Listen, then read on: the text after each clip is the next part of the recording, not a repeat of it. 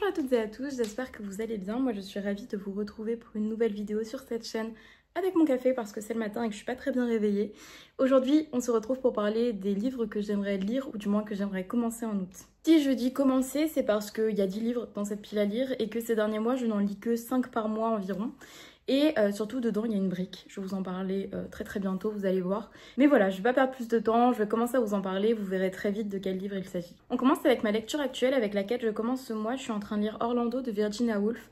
Et je voulais vraiment le lire en août, j'avais un petit peu peur parce que je l'avais commencé vraiment 3 pages il y a quelques mois et j'avais pas réussi à me mettre dedans, mais en fait c'est parce que j'étais au café, j'avais pas mon casque, il y avait plein de gens qui parlaient autour de moi et j'étais trop prise dans les conversations des inconnus. Donc voilà, j'avais lu 3 pages et j'y étais pas retournée, donc j'avais un petit peu peur, je sais pas pourquoi, je m'étais construit cette idée dans ma tête que ça allait être difficile de m'y mettre, alors que c'est très bien écrit et surtout c'est l'un de ces livres, je pense, les plus accessibles et les plus faciles à lire. Et je passe un excellent moment. Voilà, je vais pas trop vous dire mon avis. J'essaie de choper un petit moustique là qui vole. Je vais pas vous dire tout de suite mon avis parce que ce sera pour la vidéo de mes lectures d'août.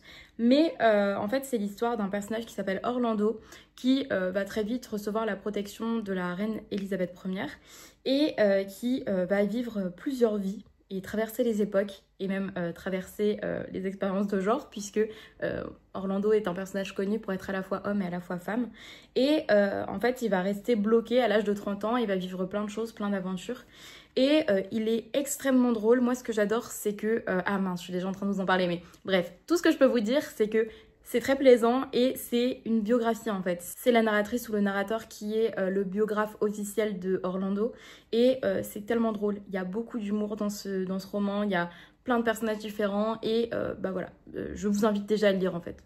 Je n'ai pas terminé mais je sais que j'adore ma lecture et j'ai trop hâte de le terminer, je pense que ce sera fait aujourd'hui ou demain. On passe du coup au livre que j'aimerais au moins commencer en août. J'ai emprunté à la bibliothèque. J'ai enfin fait une carte à la bibliothèque et j'ai emprunté à la bibliothèque Le Lys dans la vallée de Balzac. Parce que j'avais dit dans ma vidéo de 25 pour 2025 que je voulais enfin lire un roman complet de Balzac et pas seulement une nouvelle.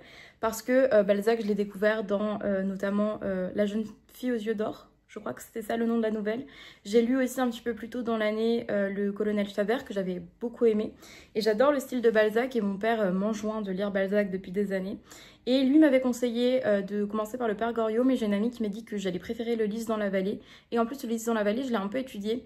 Donc j'ai emprunté Le Lys dans la vallée. Pardon papa, je lirai le Père Goriot un moment. Et Le Lys dans la vallée, ça parle d'un homme qui se confie sur les amours de sa vie. Et notamment 2 femmes, l'une qu'il a rencontrée quand il était assez jeune et elle était plus vieille, et une autre. Et je crois qu'il y a aussi des lettres, je ne sais pas si c'est une confession dans une lettre ou s'il y a des lettres dedans, mais je sais que je l'avais un petit peu étudié et je pense que ça peut beaucoup me plaire. J'adore le style de Balzac, j'adore la critique sociale qu'il fait de tout plein de personnages de la société de l'époque. Et en plus là, il y a un peu d'amour. Alors, je ne dis pas que c'est une romance, mais je pense que ça peut aussi être une meilleure porte d'entrée dans Balzac. Moi, je suis pas forcément quelqu'un qui lit énormément de romances, mais j'aime bien les histoires d'amour dans les livres, même les histoires d'amour pas forcément fun comme celle qu'il y a là-dedans. Et je pense que ça sera moins difficile peut-être pour moi de rentrer dans cette histoire que dans une histoire très compliquée, politique, etc., que j'arriverai à comprendre certainement à un moment, mais voilà, je me dis peut-être que le fait que ce soit un livre qui parle d'amour, ça va aussi m'aider à rentrer dans Balzac et enfin terminer un livre de Balzac. Donc voilà, j'espère bien le commencer ce mois-ci et si je le termine, c'est super. Pour continuer avec les 25 livres pour 2025 que je suis censée lire, j'aimerais lire This is How You Lose the Time War ou Les Oiseaux du Temps en français de Amal El-Mohtar et Max Gladstone, pardon, j'ai eu un peu de mal à prononcer son nom. Et je vais pas lire ce bouquin parce que en fait j'avais commencé à le lire en anglais et je n'ai rien compris sincèrement. Donc même moi qui lis en anglais depuis des années, là je vous dis, si vous lisez pas trop en anglais, je pense qu'il vaut mieux faire comme moi, c'est-à-dire commander sur Vinted la version française. Donc j'ai commandé du coup le bouquin en français. C'est une lecture assez courte, donc je pense que ça peut être bien à côté du Lys dans la vallée. C'est sur une guerre entre 2 femmes, 2 soldats de 2 camps ennemis qui se fait à travers les époques. Et j'en sais pas plus, c'est assez poétique, il y a beaucoup de gens qui ont été très touchés par cette histoire. Et évidemment, les 2 femmes tombent amoureuses et s'écrivent des lettres à travers les époques, à travers le temps en fait. Et j'ai trop hâte de le lire et je pense que le français va me permettre vraiment de mieux apprécier cette histoire parce que on m'en dit du bien depuis des années, j'aimerais enfin me faire ma propre opinion. J'aimais bien l'édition anglaise mais bon, peut-être que je vais m'en débarrasser, peut-être que je vais la donner ou la vendre, je ne sais pas. Mais en tout cas c'est un très beau bouquin, voilà. Et enfin, pour terminer sur les livres que je veux vraiment lire cette année, Il y a un livre que je mets dans toutes mes vidéos de pile à lire depuis le début de l'année et c'est Solanine de Inyo Asano. C'est un manga assez grand, c'est un stand-alone et en fait c'est mon copain qui me l'avait prêté quand l'an dernier il est parti pendant 1 mois et demi à Hong Kong et il m'avait dit lis ça vraiment tu vas adorer et tout. Et je ne l'ai pas fait, donc je l'ai gardé chez moi. Et puis au final, là maintenant, mon copain vit avec moi, donc il l'a relu. Il a eu le temps de le relire quand même. Il a eu le temps de partir à Hong Kong, revenir, qu'une année scolaire se passe, de le relire chez moi. Et je l'ai toujours pas lu. Et du coup, je vais enfin lire Solanine, surtout qu'il vient de le terminer. Il me dit que je vais vraiment aimer. Simplement, il me dit qu'il y a des passages tellement durs dans ce manga qu'il m'invite vraiment à tout lire d'une traite.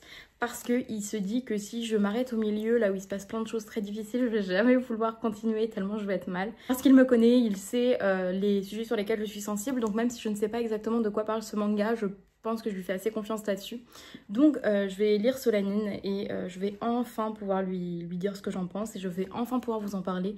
Parce que c'est vrai que ça fait des mois que je vous présente ce bouquin et il serait temps que je m'y mette. On passe aux imprévus, c'est-à-dire des livres que j'ai empruntés à la bibliothèque en même temps que le Lys dans la vallée, alors que c'était évidemment pas prévu. Mais ce sont des lectures qui vont être, je pense, assez courtes et j'ai décidé de suivre un peu mon instinct d'emprunter ces bouquins. Même si j'ai plein de bouquins dans ma pile à lire, je vais très rarement à la bibliothèque et ça me permet de lire des choses différentes que j'aurais peut-être pas achetées d'habitude. Donc on va faire l'expérience de ça ce mois-ci. J'ai emprunté La taille de nos seins de Agnès Jaoui, illustrée par Cécile Partouche. Et alors Agnès Jaoui, j'en ai entendu parler, je sais que c'est une metteuse en scène, non, une dramaturge, peut-être pas. Qu'est-ce qu'elle est? Scénariste, réalisatrice et chanteuse. Je ne vois pas exactement qui c'est, mais son nom m'est familier. Et c'est un livre qu'elle a écrit sur quand elle était petite et qu'elle a déménagé à Paris. Et le fait de grandir avec des amis et passer par la puberté et vivre un peu des expériences propres à des jeunes filles qui grandissent. Et en fait, c'est des petits chapitres comme ça et j'ai trouvé ça très chou et je trouve les dessins vraiment très beaux. Et donc j'ai vraiment hâte de m'en faire une idée. Après, je ne connais pas l'autrice, je ne connais pas son travail. Donc voilà, je ne sais pas encore quoi en penser. J'ai pas vraiment de choses qui me motivent à lire, comme par exemple l'autrice ou par exemple le sujet en particulier. Simplement, la couverture m'a intriguée, je me suis dit que ça pouvait être sympa. Donc c'est vraiment là. Je sais pas du tout si ça va me plaire, ça se trouve pas du tout. J'expérimente en étant un petit peu les choses qu'on lit et du coup j'ai décidé de lire La taille de nos seins. Je vous en dirai des nouvelles. Ensuite j'ai emprunté Toucher la terre ferme de Julia Kerninon. Julia Kerninon, je l'avais lu dans Liv Maria, qui est un roman qui parle d'une femme qui grandit sur une île en Bretagne et qui va vivre plein de vies en fait, qui va beaucoup voyager. J'avais bien aimé, ça m'avait un peu déstabilisée parce qu'il y avait certains trucs dans le roman qui m'avaient déplu, mais globalement j'avais trouvé que la plume de Julia Kerninon était vraiment jolie et intéressante.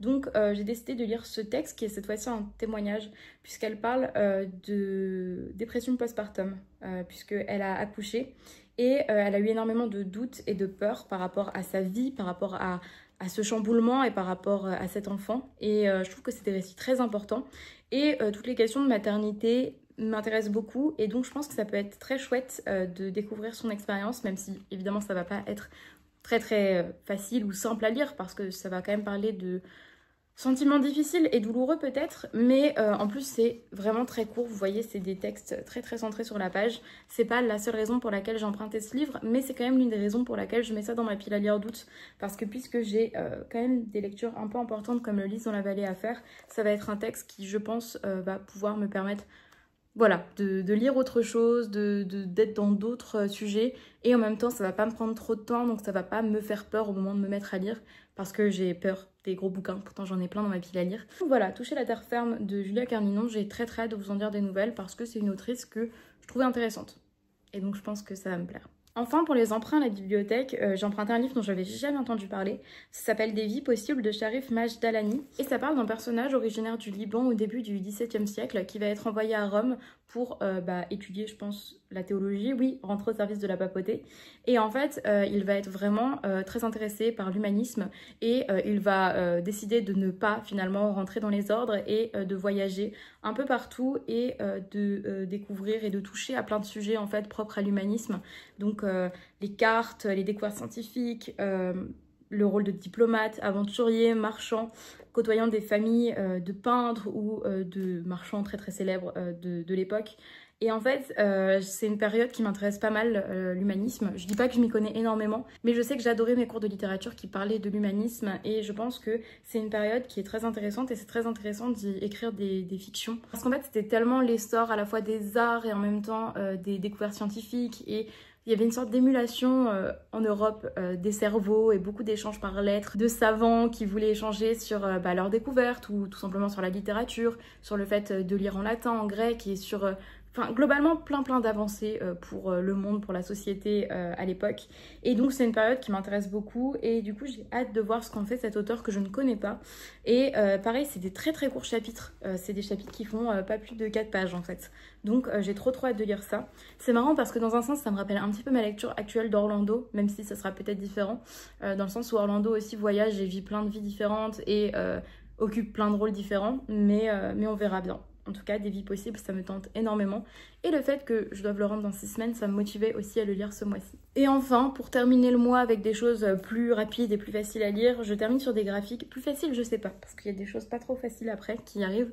J'ai le tome 8 de Kowloon Generic Romance, c'est un manga dont je vous parlais en début d'année, qui parle d'une femme qui ne se rappelle pas de son passé et qui vit dans la citadelle de Kowloon aux abords de Hong Kong. Et au fil des tomes, on se rend compte qu'il y a une histoire de clone et un truc type science-fiction qui s'ajoute à la romance de base et c'est un tome en plus assez court par rapport aux autres, donc je vais le lire. J'attendais de base d'avoir le tome 9 parce que j'aime bien les lire 2 par 2, mais j'ai très envie de retourner dans cette histoire parce que ça fait longtemps et moi j'ai tendance à vraiment oublier mes lectures de manga quand je ne lis pas les tomes à la suite, donc je vais lire Kowloon et je pense que ça va me faire très plaisir de retrouver cette histoire. Ensuite, en tout début d'année, en début janvier, j'avais lu les 2 premiers tomes d'Irayasumi de Keigo Shinzo.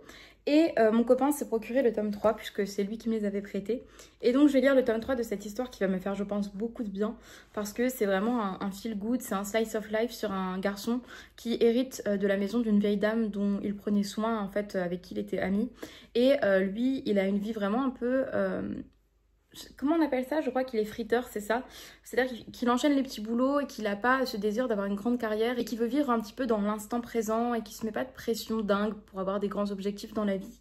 Et il va commencer à vivre, à cohabiter avec sa cousine qui, elle, est plus jeune, donc lui, il a 30 ans.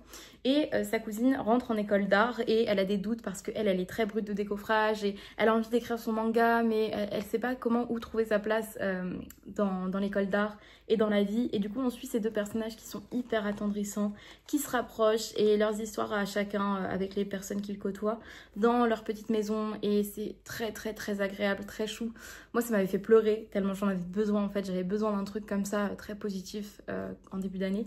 Et donc, j'ai trop hâte de lire le 3e tome. Je pense que ça va me faire énormément de bien. Et je vous en dirai du coup évidemment des nouvelles. Je pense sincèrement que je vais le lire très bientôt. Donc, ce sera pour sûr dans ma vidéo de mes lectures d'août. On termine avec une BD cette fois-ci. J'avais acheté il y a 2 mois une BD que j'avais repérée quand j'étais à Grenoble en début d'année. Il s'agit de Sibylline de Sixtine Dano et ça parle d'une escort girl. Ça parle, je crois, d'une étudiante qui peine à gagner sa vie et en fait à se débrouiller et qui va se lancer du coup dans la prostitution en ligne, je crois. Je sais peut-être pas en ligne, mais voilà, ça parle des raisons qui la poussent à faire ça, comment elle vit en fait cette vie d'escort girl. Et je pense que c'est à la fois difficile à lire évidemment parce que ça parle de sujets quand même complexes et je pense que ça peut aussi m'apporter on va dire beaucoup de connaissances sur ce sujet. Je pense qu'il faut protéger les personnes travailleuses du sexe à tout prix, mais j'aimerais voir comment c'est mis en scène et voilà ce que l'autrice, ce que la dessinatrice en dit, parce que c'est un sujet très important et voilà, je ne sais pas encore trop comment me positionner par rapport à ce sujet parce qu'il y a plein de choses qui se disent sur internet et je trouve que c'est important d'écouter les témoignages des personnes concernées et donc voilà, peut-être que cette histoire peut m'apporter encore plus d'éléments pour comprendre une situation que je ne vis pas et je pense que ça peut faire beaucoup de bien à beaucoup de personnes parce que malheureusement les personnes travailleuses du sexe sont très déshumanisées.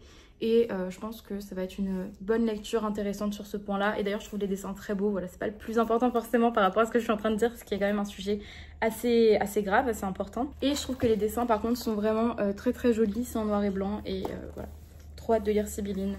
Et je vous en dirai évidemment, encore une fois, je le répète à chaque fois, des nouvelles. C'est tout pour cette pile à lire et il est grand temps puisque ma machine à laver est en train de s'emballer toute seule en haut. Donc j'espère que cette vidéo vous aura plu. N'hésitez pas à me dire ce que vous en avez pensé dans les commentaires. Mais également si vous avez lu ces livres, si vous les avez aimés ou non, si c'est le cas. Ou sinon s'ils vous intéressent. Et évidemment, comme d'habitude, n'hésitez pas à me dire quels sont les livres que vous avez prévu de lire ou peut-être déjà lus en août. Et moi, je vous dis à très bientôt pour une prochaine vidéo sur cette chaîne.